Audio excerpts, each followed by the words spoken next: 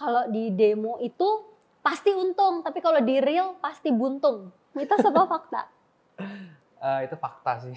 Itu fakta ya? Iya. Bapak juga ngalamin nggak? Ngalamin banget sih. Jadi gini. Kalau menurut Bapak, apakah trader itu semuanya penjudi? Mitos Trader, apa fakta? Mitos. Mitos juga? Mitos Kok juga. bisa tuh Pak? Karena saya sendiri bukan penjudi.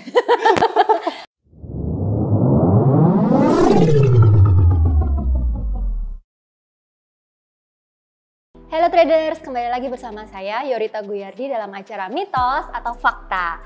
Hari ini seperti biasa kita udah undang tamu yang sangat spesial. Tapi sebelum itu tunjukkan dulu dong komitmenmu untuk bisa sukses trading and investasi di financial market dengan subscribe sekarang juga. 3, 2, 1, sekarang subscribe. Jangan lupa like ya biar kita makin semangat untuk bikin video-video selanjutnya. Udah nggak usah pakai basa-basi. Kita langsung sambut aja tamu kita hari ini, Pak Daryl. Halo Bu. Iya, jadi Pak Daryl thank you banget. Kita udah undang untuk offline, tapi Pak Daryl bela-belain untuk datang ke kantor kita. Aduh, thank you banget sih Bu, udah diundang ke sini tuh gila. Aduh, seneng banget sih karena ini kan bisa dibilang titik awal saya tuh dalam trading tuh, titik baliknya tuh di CAT ini, di Astronaci. Oke, sebenarnya saya tahu yang grogi. Buat teman-teman yang nggak tahu ya, jadi Pak Daryl Yahya ini, dia itu wirausaha. Terus Pak Daryl tuh kan juga trading kan sampai sekarang kan? Betul, di sekarang masih stocks, trading. di futures. Terus Betul. dulu Pak Daryl itu juga CAT candidate yang udah lulus dan sekarang itu jadi pengajar di CAT Institute. Iya. Di samping itu, Pak Daryl ini juga YouTuber loh. Dan terakhir Pak Daryl itu udah syuting satu layar sama Deddy Corbuzier. Iya. Jadi sebenarnya saya yang grogi sekarang. Waduh, enggak lah. Ini saya lebih grogi di sini Bu, beneran.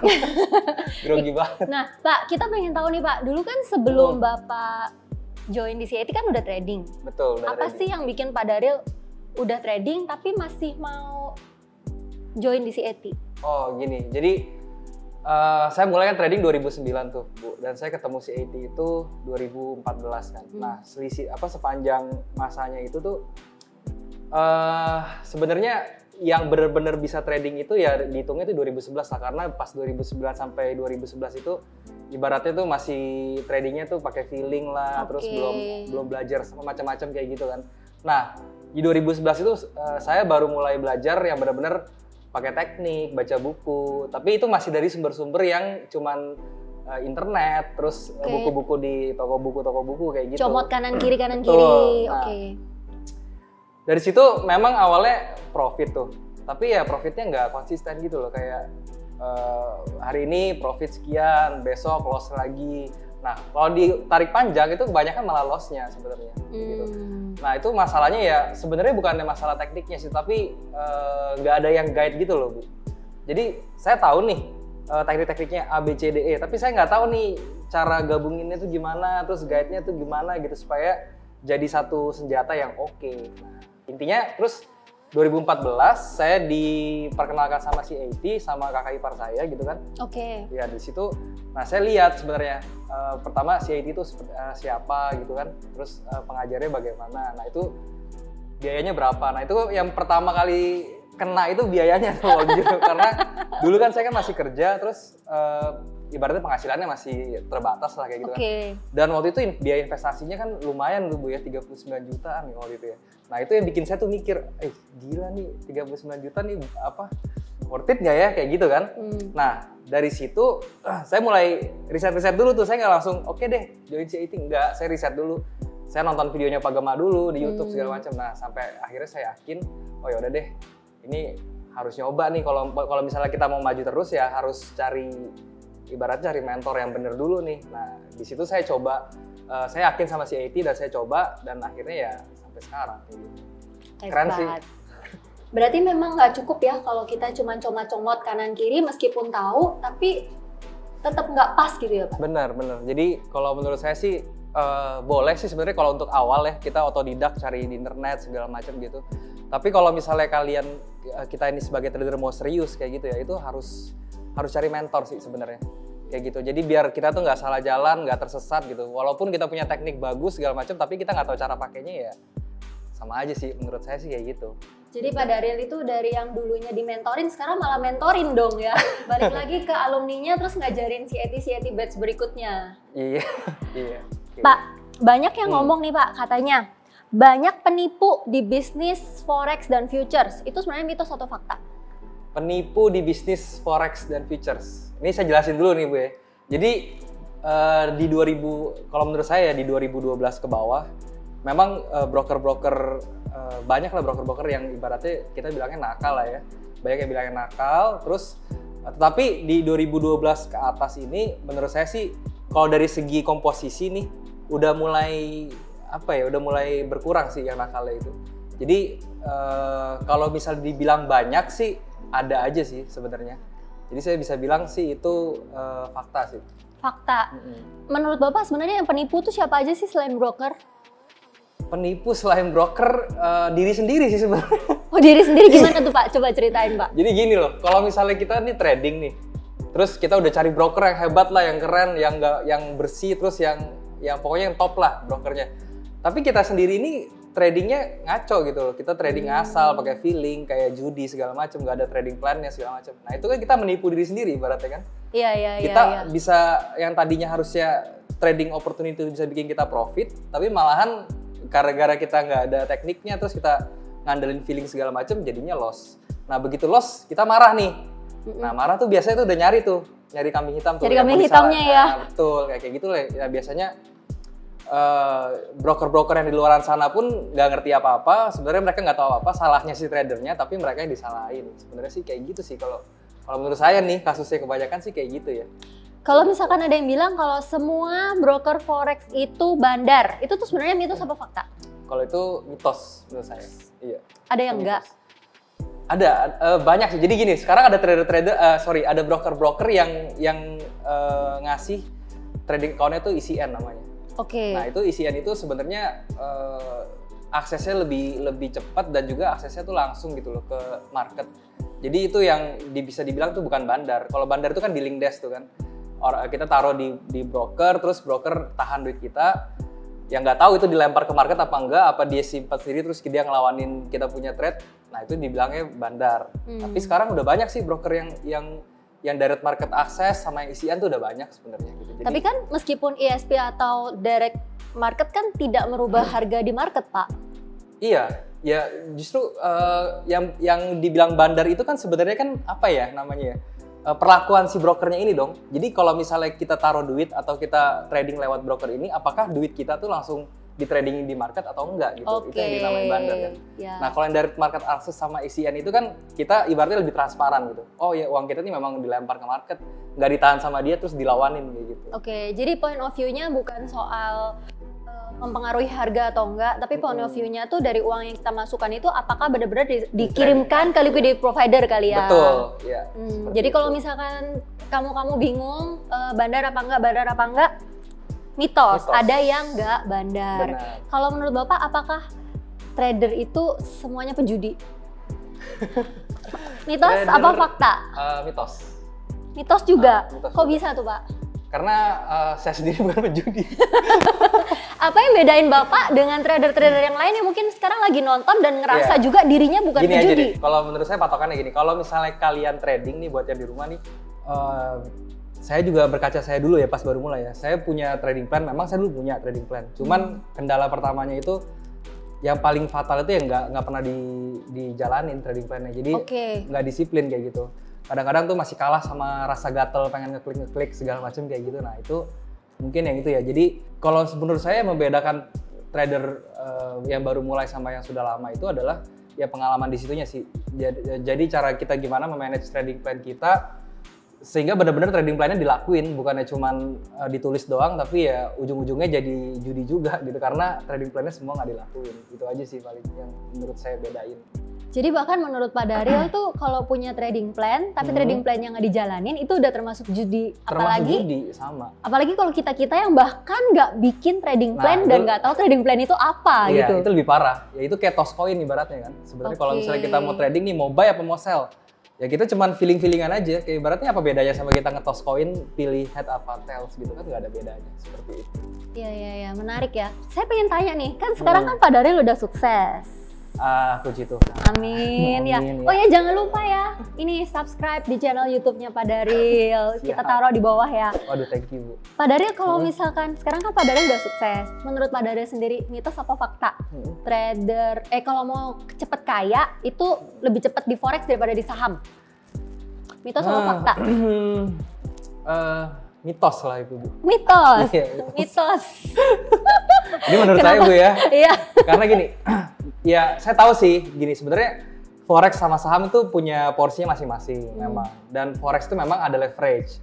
Jadi dia punya rewards dan dia punya risk memang lebih besar. Tetapi di saham itu juga sebenarnya ada gitu loh. Jadi ada, kalau misalnya kita trading saham yang pakai margin pertama, ya itu kan leverage juga kan. Nah, yang kedua kalau kita tradingnya penny stocks, saham-saham gorengan, saham-saham yang ibaratnya harga 100 ke bawah kayak gitu. Itu kan volatility-nya besar dan kalau misalnya kita masuk di momen yang pas terus di saham yang tepatnya, itu gain-nya juga bisa ratusan % dalam waktu beberapa hari mungkin. Nah, itu sebenarnya sama aja sih, ada porsinya masing-masing. Jadi kalau menurut saya lebih cepat kaya di forex daripada saham, enggak juga sebenarnya. Dua-duanya tuh punya opportunity yang bagus. Kalau Pak Daryl suksesnya karena saham apa forex?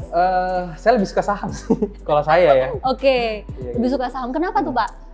Karena gini, kalau di saham itu pertama geraknya itu lebih santai karena saya ngelihatnya itu per hari kan, day by day. Oke. Jadi untuk kalau yang punya pekerjaan lain atau kegiatan lain itu nggak terlalu buru-buru jadinya kalau misalnya kita mau trading gitu, karena kita bisa ngeliat progres kita punya portfolio itu bisa day by day. Gitu. Nah, sedangkan kalau di forex itu kan kita intraday, kita tradingnya harian, pakai time frame-nya juga.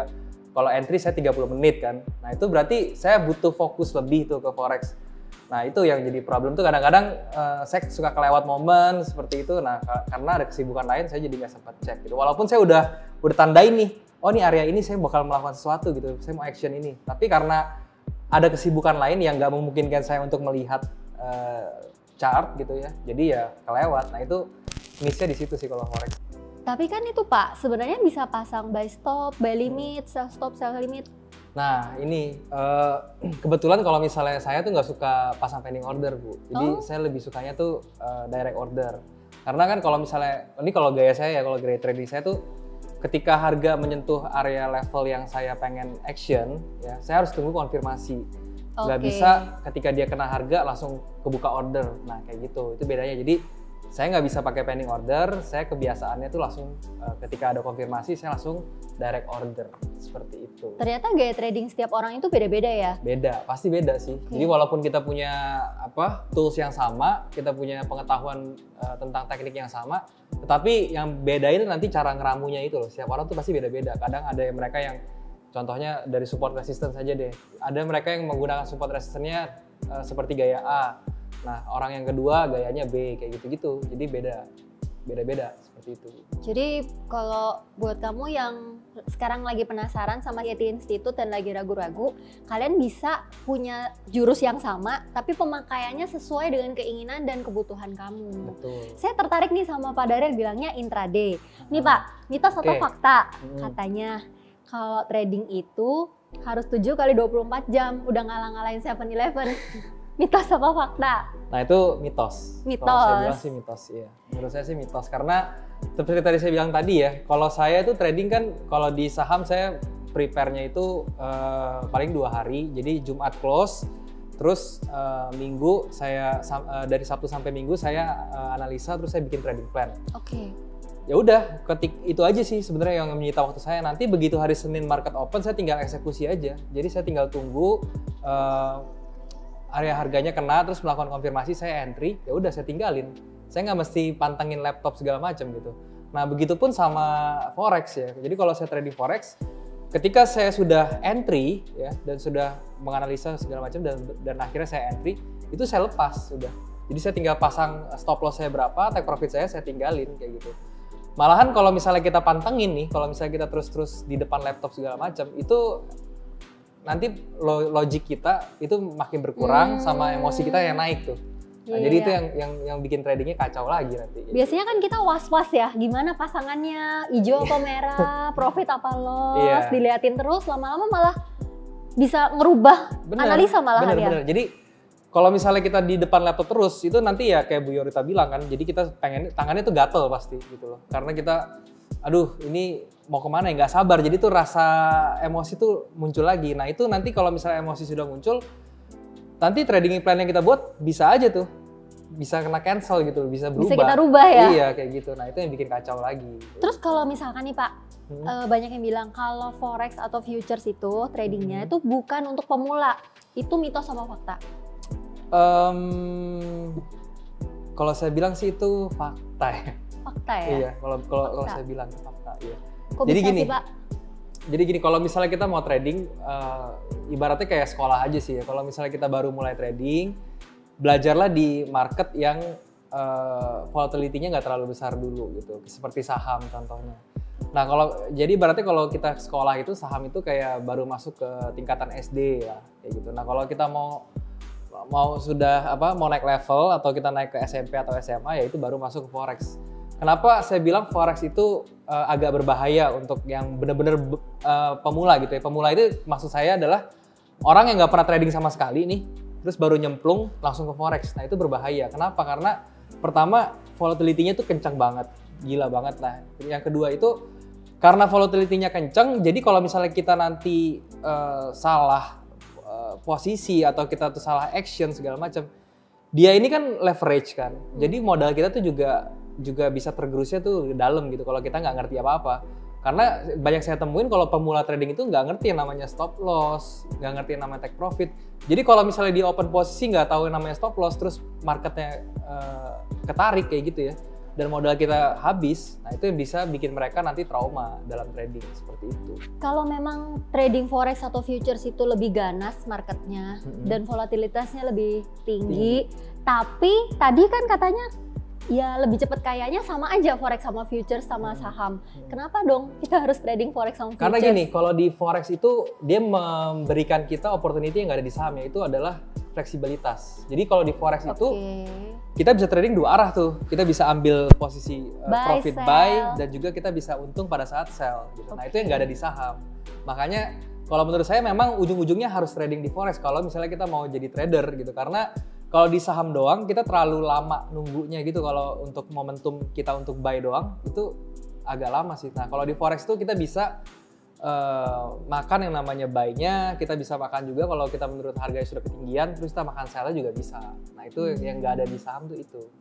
Jadi sama-sama bisa bikin kaya, tapi kalau di forex atau futures itu cenderung lebih cepat karena opportunity-nya lebih banyak gitu ya. Harga naik bisa beli, harga turun bisa sell, dua-duanya bisa profit bisa gitu ya. Profit, Oke, interesting ya. Jadi buat kalian yang pengen trading saham atau futures, kata Pak Daryl, saham dulu. Iya, saham dulu, baru nanti kalau misalnya sudah nyaman di saham, kita pindah ke forex. Karena basically teknik yang bisa diaplikasikan di saham itu pasti bisa diaplikasikan di forex. Yang membedakan itu adalah tadi dari segi tradingnya, buy sama sell-nya dua arah. Terus yang kedua itu dari speed-nya itu tadi. Oke. Kalau udah terlanjur, mereka udah trading forex futures duluan tapi belum saham? Kalau udah terlanjur ya nggak apa-apa, terus aja. Cuman balik lagi, kita harus mempersiapkan diri itu lebih getol lagi gitu. Jadi kita harus cari mentor yang bagus, kita harus disiplin diri yang tinggi dulu, trading plan-nya harus jelas dulu kayak gitu. Masih perlu mengenal saham nggak sih kalau mereka sekarang udah nyemplung di futures sama forex? Harus, ya boleh mengenal saham itu nggak apa-apa gitu. Karena kalau misalnya kita sudah, apalagi kalau di forex kita sudah profit ya, maksudnya sudah bisa, ibaratnya kita sudah bisa trading di forex lah. Once kita pindah ke saham itu ya jadi lebih gampang sebenarnya. Jadi intinya kalau misalnya kita di forex itu buat ngeledakin duit misalnya, nah terus profitnya itu diinvestasikan di saham ya, jadi ditabung ibaratnya. Oke. Gitu. Nabungnya di saham, tapi tradingnya di forex, kayak gitu boleh. Jadi ini kayak konsep memperanakan uang ya. Benar. Kita anaknya dari futures dimasukin ke saham supaya punya cucu gitu. Betul sekali itu. Karena gini kan kalau misalnya di forex itu kan modal kita pasti jauh lebih kecil karena leverage tadi kan. Nah sedangkan kalau di saham itu kan ibaratnya modalnya itu lebih besar karena dia 1:1, dia punya margin, nggak ada leverage segala macam. Nah itu caranya ya kita di trading forex ini pakai modal yang kecil, kita usahakan jadi besar, nanti profitnya itu ya ditabungin ke si saham. seperti itu. Terus Pak, kalau misalkan di Forex atau Futures kan ada account demo tuh. Betul. Jadi semuanya seperti real tapi duitnya nggak real. Iya. Ada yang bilang katanya kalau di demo itu pasti untung, tapi kalau di real pasti buntung. Mitos apa fakta? Itu fakta sih. Itu fakta ya? Iya. Bapak juga ngalamin nggak? Ngalamin banget sih. Jadi gini, sebenarnya di demo ya nggak pasti untung juga. Cuman kalau misalnya orang yang sudah ngerti tentang trading, teknik-teknik, itu biasa di demo untung tuh. Oke. Dan begitu mereka pindah ke ke Real real market? market, itu mereka kebanyakan loss gitu. Kok bisa Atau gitu buntung. Pak? Kalau saya bilang sih itu dari segi psikologinya itu loh. Oke, Karena mentalnya mentalnya ya. ya. Karena kalau misalnya kita trading di demo, itu kita nggak ada beban kan. Itu duit bohong-bohongan, kita mau pasang 10 lot juga nggak pusing gitu kan. Cuman ibaratnya trading di demo itu ya kalau untung bagus, kalau loss ya udah gitu. Nggak ada beban, ibaratnya kayak gitu. Tapi kalau di real market, itu kan duit kita tuh. Iya. Duit yang mungkin ada yang trading tuh masukin depositnya tuh tabungan dia semuanya gitu, ada gitu. Yang which is itu nggak bener ya maksudnya. Ada yang nggak pakai uang dingin lah ibaratnya. Nah itu yang membuat pressure. Jadi kalau yang kita pakai duit real itu yang muncul tuh nanti pressure. Pressure itu yang bikin psikologi kita dalam trading itu jadi bergejolak gitu. Emosinya tuh lebih besar. Oke. Nah kalau kita nggak bisa kontrol itu dan kita tidak bisa memisahkan emosi dalam trading, itu udah pasti untung lah. Itu yang tadi Bu bilang. Jadi sebenarnya kalau dalam kita mengendalikan psikologi itu juga ternyata perlu juga money manajemennya ya. Jangan Perlu. pakai uang panas, pakai uang dingin. Benar. Terus tadi lotnya jangan ngaco meskipun cuma demo gitu ya. Iya, jadi kita sebisa mungkin ya perlakukan demo itu seperti uang real aja sebenarnya. Jadi apa yang kita lakukan di demo itu ya diaplikasikan ke realnya itu seperti seperti money management sudah benar, terus tekniknya juga sudah benar. Jangan main-main di demo. Nah itu. Oke. Gitu. Terus kalau misalkan nih Pak, kalau di Forex sama Futures tuh kan terkenal robot-robotan tuh. Nah, mitos atau fakta sih katanya kalau trading Futures Forex mah gampang, pakai aja robotnya pasti profit. Aduh. Mitos atau fakta? Robot ya. Robot itu kalau menurut saya sih ini sebenarnya ya udah saya bilangnya mitos deh. Mitos katanya. Ya, Jadi itu nggak mitos. bisa cuman pakai robot aja. Nggak bisa. Jadi gini, kalau robot itu apalagi robot yang dijual ya, maksudnya robot yang diperjualbelikan. Itu kalau menurut saya trading pakai robot itu sementara lah, sifatnya temporary gitu. Karena market itu kan dinamis gitu kan. Kalau misalnya kita beli robot yang sudah diprogram sedemikian rupa, itu pasti bertahan di satu kondisi kan, karena itu kan programming kan. Dia diprogram dengan kondisi sekian. Nah tapi kalau misalnya nanti marketnya berubah karena market itu dinamis, itu program tuh udah nggak berlaku lagi tuh. Oke. Gitu. Nah jadi kalau menurut saya robot itu kurang oke sih yang diperjualbelikan ya, karena itu nggak bisa kita tweak, kita update, itu nggak bisa gitu. Kecuali ya robotnya kita bikin sendiri nih. Jadi saya trader, terus saya ngerti IT gitu, terus saya bikin program robot sendiri, ya logaritmanya sendiri yang sesuai dengan saya gitu. Nah itu masih mungkin, karena apa? Karena once itu market berubah, kita ngerti nih, dia punya codingan apa, terus tekniknya apa, kita bisa tweak sendiri gitu. Makanya saya agak skeptis sama robot yang diperjualbelikan gitu, karena pertama kalau misalnya itu robot memang bisa make money gila-gilaan, kenapa dijual? Pertanyaan saya. Yang kedua itu ya itu tadi, kalau misalnya kita pakai robot, marketnya dinamis, kita mau tweak nggak bisa gitu. Seperti itu Bu. Jadi kalau misalkan mau pakai robot bikin aja sendiri Nah, gitu.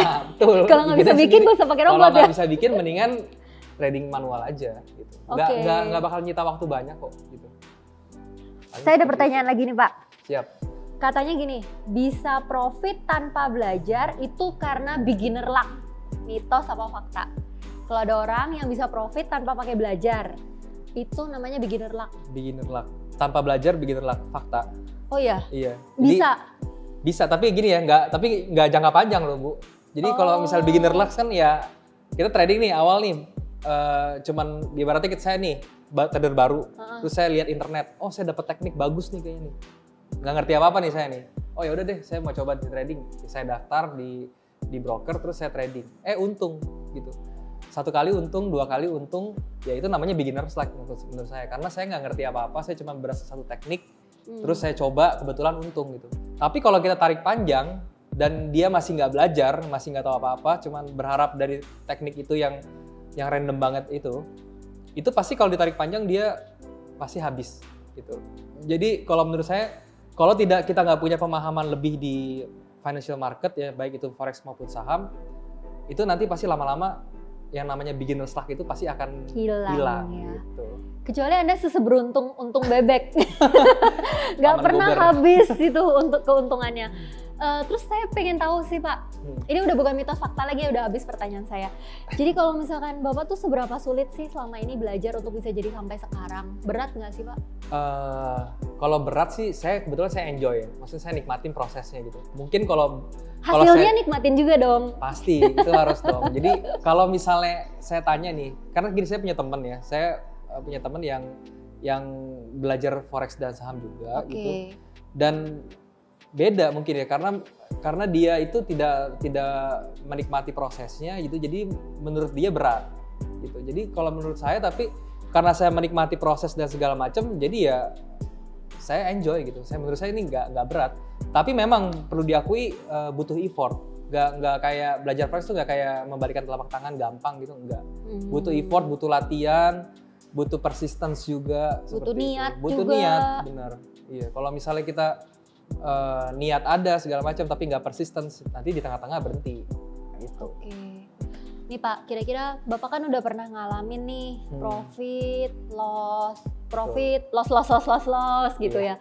Jadi kan pernah mencicipin manisnya uang dari financial market, tapi juga udah ngerasain pahitnya. Betul. Apa nih pesan dari Pak Daryl buat semua penonton yang sekarang lagi lihat, mungkin mereka juga ngalamin hal yang sama nih, jatuh bangun, jatuh. Kalau pesan saya sih buat teman-teman semua tuh, pertama mindset sih. Jadi mindset tuh harus benar dulu. Make sure tujuan kalian itu di trading tuh apa, itu harus clear dulu. Jangan tujuannya ngaco. Kalau misalnya tujuan ngaco, pasti hasil akhirnya ngaco. Itu yang pertama. Yang kedua, cari mentor yang benar. Kalau misalnya kalian selama ini masih tradingnya otodidak, terus udah tahu teknik tapi kok masih loss terus, ya itu berarti kurangnya tuh di mentor, kurang orang yang bimbing kayak gitu. Nah kalau kasus saya beruntung banget ketemu sama Pak Gema dan Astronaci, CIT ya. Jadi itu jujur aja sih titik balik sih Bu. Jadi ketika saya ketemu CIT, itu jadi titik balik saya, wawasan saya terbuka tentang trading, dan ya itu yang bikin saya berkembang sampai sekarang gitu. Nah kemudian yang terakhir ya persistence tadi, jangan quit gitu loh. Kalau misalnya kita dari ibaratnya semua hal yang mau menuju kesuksesan tuh pasti ada naik turunnya gitu Bu ya.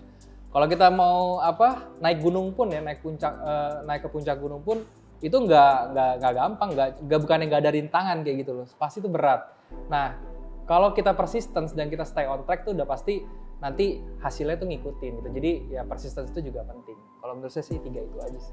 Luar biasa sekali. Saya yakin pasti banyak banget ya para pendengar yang dapat insight, inspirasi dari sosok Pak Daryl. Mudah-mudahan. Thank you so much Pak Daryl untuk hari ini. Udah datang bareng Astronaci untuk ngasih banyak materi buat para penonton di rumah. Thank you. Saya juga thank you banget sudah diundang. Merasa terhormat banget saya. Ya, jadi buat semua yang udah nonton season kali ini, saya harap Pak Daryl memberikan inspirasi, memberikan insight buat kalian. Apa yang kira-kira dari Pak Daryl bilang bagus, dilakukan. Yang katanya kurang bagus, mending tidak usah dilakukan. Karena ini semua gunanya mitos dan fakta ini supaya teman-teman bisa sukses bersama kita menjadi trader dan investor di financial market. Sekian dulu untuk sesi hari ini. Bye-bye!